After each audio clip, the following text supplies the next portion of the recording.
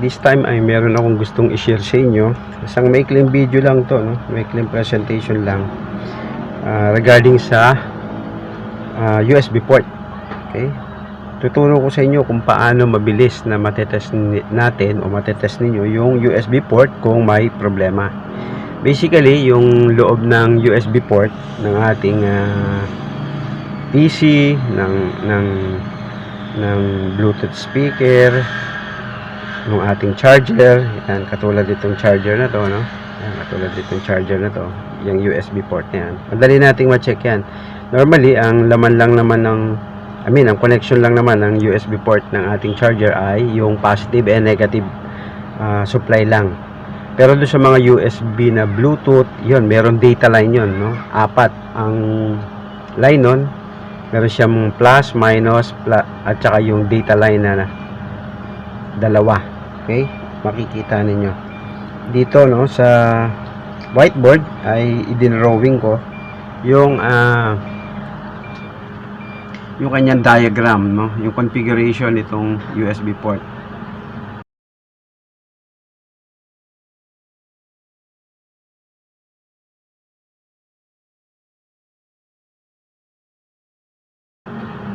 Tuturo ko sa inyo ito para mabilis ninyong matest kung yung USB port ng inyong charger katulad dito ay okay pa ba o hindi, yung USB port ng Bluetooth speaker kung okay pa ba o hindi sa pamamagitan ng ginawa nating okay? Tuturo ko sa inyo ito, I hope makikita nyo, no? Yan, ito, may ginawa ako. So ganito lang yan. Okay, pakita ko sa inyo kung paano. Ayan, kung inyong mapapansin, nakailaw na to ngayon, no? Ayan, nakailaw na. So dali nating malaman ngayon kung mayroong supply na lumalabas dito sa ating charger. Naglagay ako dito ng LED indicator para do sa supply. So yan, tuturo ko sa inyo kung paano. Dito sa ating whiteboard, makikita ninyo yung itsura ng ating USB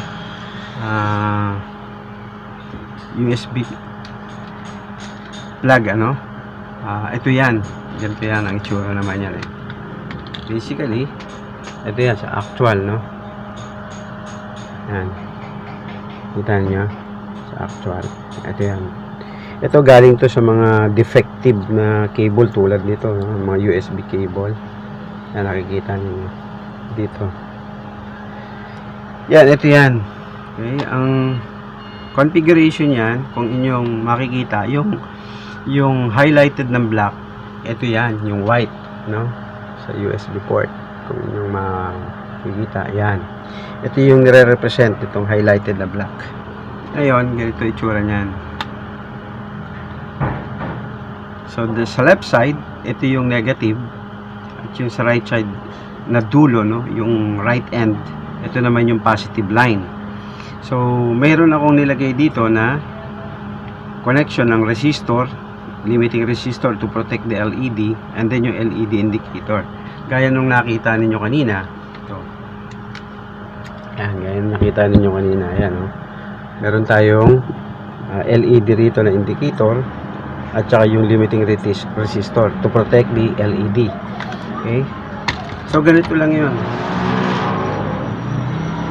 Maglalagay kayo ng LED rito, pwedeng SMD, yung surface mount, katulad nung pinakita ko kanina, o di kaya kahit yung ganitong klase lang, no? Yung LED na maliit, yung 3mm na LED plus resistor. So gaano ka, ang value nung resistor na pwede nyong ilagay. Okay, sige, i-calculate natin yung value ng resistor na pwede natin gamitin, sa 5 volts. So ito yung formula. R, o yung resistance, is equals to V BS. Ito yung supply voltage over forward current. Ang supply voltage na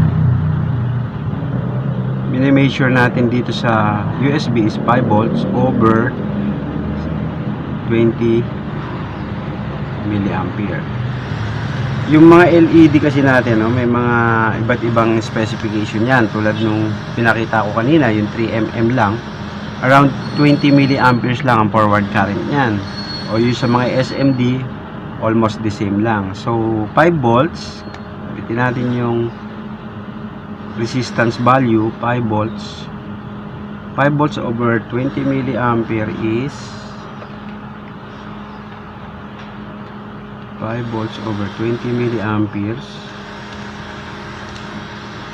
250 ohms. So 250 ohms or greater than 250 ohms pwede nating gamitin, no? Mga 250, let's say ito hanggang 300 ohms. Okay, so ang value ngayon, ang resistor na ating gagamitin dyan ay 250-300 ohms.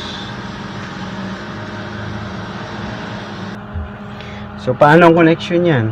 So sa USB, dito sa USB natin, ano, gaya na nakikita nyo dito sa whiteboard,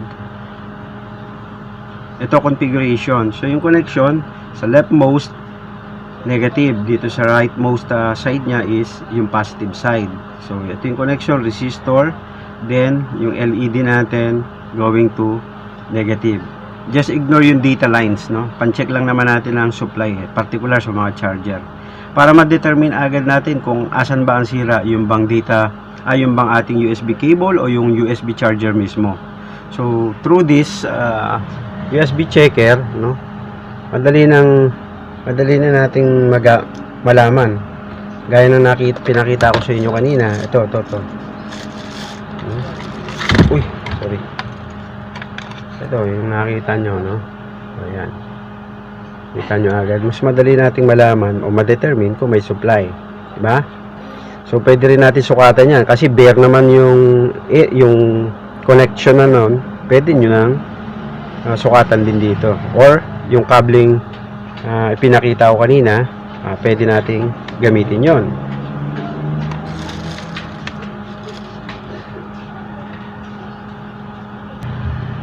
So kahit wala kayong tester, no, kung meron naman kayong ganito, yung malalaman nyo agad kung merong output supply galing sa inyong charger or output supply galing do sa USB port ng Bluetooth, no? Kung wala kayong DMM, pwede na to.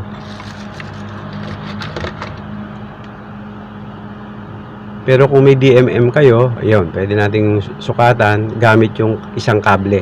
Ito. So ito yung sinasabi ko na ginawa ko rin, na USB cable na pwede nating pang check. Actually meron din siyang LED indicator. So dito sa dulo pwede nating sukatan kung ano yung supply voltage na ma-measure natin. So ito, pakita ko sa inyo, no, kung paano i-measure yung supply voltage. Yan. Okay, set natin sa DC. Yun. Kita nyo na. Merong 5 volts tayong na-measure. Yun, ganun lang kadali. Sana nakatulong sa inyo yung video to. At kung nagustuhan nyo yung video, please like and share. At subscribe na rin po kayo. Salamat.